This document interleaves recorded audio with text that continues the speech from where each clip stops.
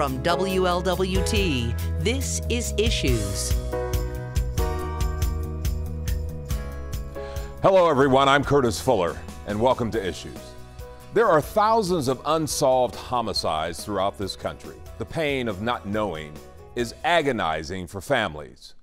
What can be done to help families understand the many emotions to find closure and the options available to them to work with law enforcement officials to seek justice?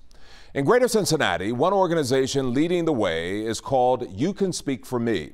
This group works with Crime Stoppers to speak out against violence and encourage citizens, if you see something, say something. Today, the story of one woman's persistence to find justice for her son and many other victims, and the tears you don't see.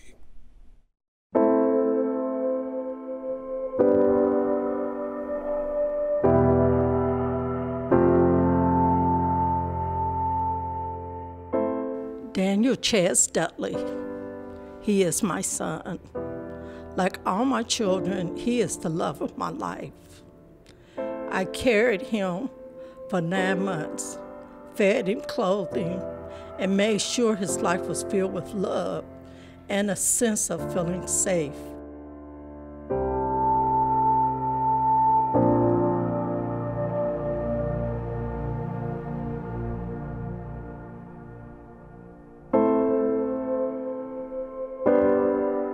Growing up, he was having fun and always quick to give you a smile. I made sure he knew how to find his way through church. He loved playing sports like most young boys do. He was my son and was full of life. Cincinnati homicide investigators trying to figure out who was the trigger man that started shooting at people in a car right in the middle of the street. Our heart is grieved, and now it's our turn. It has come to our family. Daniel Dudley's mom is leaning hard on those closest to her after her son was gunned down in Hartwell about 4 a.m. this morning. How is it that you can have life and be happy and almost carefree one moment and then total chaos the next?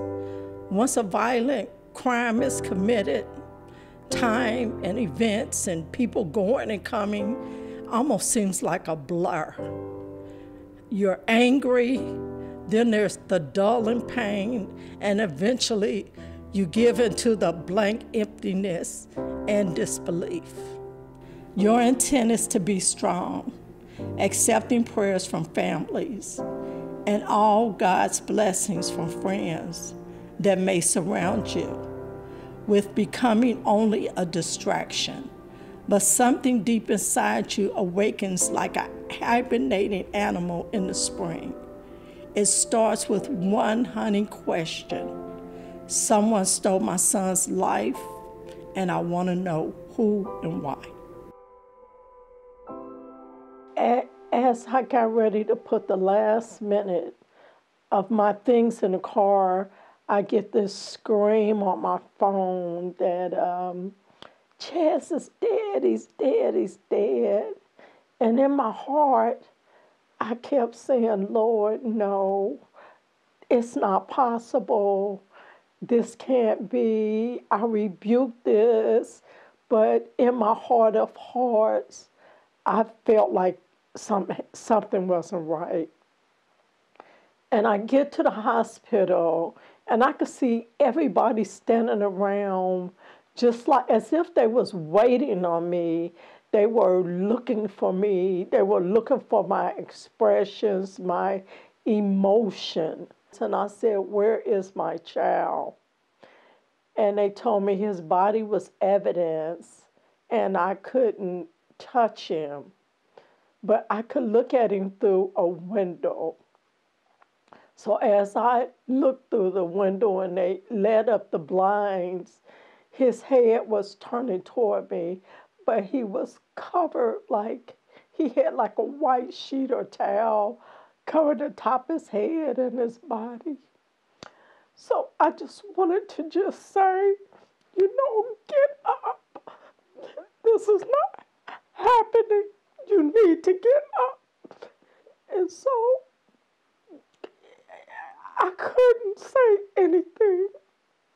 I turned and I said, my children are in the hallway waiting. Can they please come in and see him? So as they came in, they were passing out where they had to take them out in wheelchairs. My other son just ran through the hall screaming. It was just horrible to just go through that and stand there and try to be strong for my family because I know they were dependent on me. It's been 10 years since her son Chaz was murdered in a senseless drive-by shooting while driving home from a nightclub that morning. She's like every other family that comes to her organization called You Can Speak for Me for help. They have this one message. Just because the media headlines have gone away, just because it seems the police are investigating other crimes, we, the family, still remember. We will use whatever legal tools available to find you and find justice. Anytime a person loses a child, you have no clue of what to do. It's no rehearsal on how to handle the press or people coming up to you, or even how to handle a funeral when it's your child. Miss Hope, as she is known, and all the families she is helping share a similar experience. She has woven the message of Stop the Violence into a movement in Hamilton and Butler counties. With the support of Ohio Attorney General Mike DeWine, her mission to help families has taken the form of passing out cold case flyers, bookmarkers, and her specially designed cold case playing cards that have been adopted into Ohio prisons and county lockup facilities. Her See Something, Say Something media outreach strategy has become an important tool for local law enforcement. I asked the homicide department, do you pass out flyers or any information at a family, because I'm not experienced. I had no clue. They sent me to Crime Stoppers, which now I've been a member for 10 years. I received a flyer with a sketch, on chalk sketch, and they told me to pass it out in my neighborhood. I was so hurt. I just lost my child.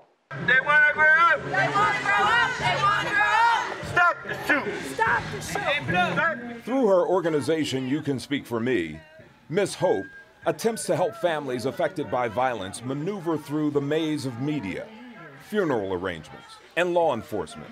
And what is most important, she assures families they are not alone. The grieving process and the search for justice is the same for all families in these circumstances.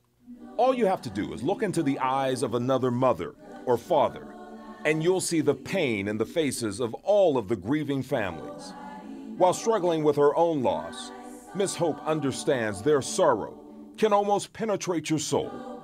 How do you begin to understand such a senseless loss? But the pain of losing her son is never far away. Remembering his birthday, holidays, and the anniversary of the shooting casts a huge shadow. It hovers, this feeling of loss that visits her like an unwanted gloomy day. So what I did was, I did a bookmarker of my son with my prayers on it. And I started passing it out. And then I started sending it to the prisons and the jails so people could actually see that I was praying for justice. And this bookmarker was a part of my son and myself, of what I wanted people to see that happened to us. During the holidays, posters went up in Winton Hills as families who lost loved ones to violence put the faces of unsolved murders out there, looking to jar some consciences. Be accountable for what you know. Because that person that's sitting there telling you about all these crimes can't hold their guilt, so they pass it on to you. So you're just as responsible as that person, because now you've just carried his crime along with you. One of the primary missions of You Can Speak for Me is to give families a new purpose and desire for justice instead of revenge. putting them in touch with other agencies to search for salvation instead of hate. Also, how to maintain connections with local law enforcement authorities to continue the search for those who know they are guilty. There are monthly meetings sponsored for families to come together and share their ways of coping. While trying to find closure, it's important that families learn that there are many others just like themselves, trying to move beyond the disappointment. You Can Speak for Me is one of a few local organizations that have recognized the National Crime Victims' Rights Week. Held in April, the summit for the past 10 years has become one of the most prestigious gatherings in Ohio, headlined by judicial, law enforcement, and first responders from across the state, discussing and answering families' questions about how this process works. A lot of the families that I print for can't afford posters or flyers. So if I'm printing one, it was easier to print 2 or 3 and just put them on one sheet. I could print them personal reward cards for themselves and their families, and then be able to add that picture onto a community reward card and be able to put it out in the community and say, hey, this is what's going on in your community, and these how many unsolved homicides are in your community, and then it started growing from there. Ms. Hope has received many awards over the years for her work as a family advocate. Just 2 weeks ago, she received the Crime Stoppers Board Member of the Year Award from police agencies in Southern Ohio and Northern Kentucky. Crime Stoppers honors and thanks the 2017 Crime Stoppers Board Member, Hope Dudley. While humbled by those she holds in the highest regard for their service, her message was still the same. Thank you. It would be 10 years ago tomorrow that my son was murdered. A week after that, I sat on a Crime Stoppers telethon, and 10 years later, I'm still a Crime Stoppers board member. I'd like to leave you with, see something, say something. You can speak for me. Thank you.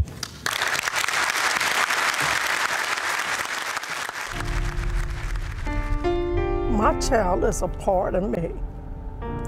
And every time I come up here, it hurts because I have no justice. And until I get justice for my child, I won't have no rest. I need to know what happened to my child. And I think it hurts so much because I don't know what happened to him. And I need people to come forward and help me. There are good people doing good things in our Cincinnati community. In some cases, we may never know their names until tragedy strikes. For families affected by senseless crime, the pain never ends. It was just a week of just trying to make arrangements and trying to pick out our coffin and clothes, and because my mind wasn't on anything, but I have to bury my child. It was just a nightmare that I just thought I was asleep and that I could wake up and this would be a bad dream. But every time I went to sleep, I could see that he was gone. He wasn't where he's supposed to be, and I couldn't hear him. I called his phone just so I could hear his voice. It was just unbelievable. Something I would wish on nobody to go through. That was the most horrible thing that ever happened to me. It's good to know that Miss Hope's brand of hope is showing others in the community that families are still here, still vigilant for justice, long after the headlines have disappeared.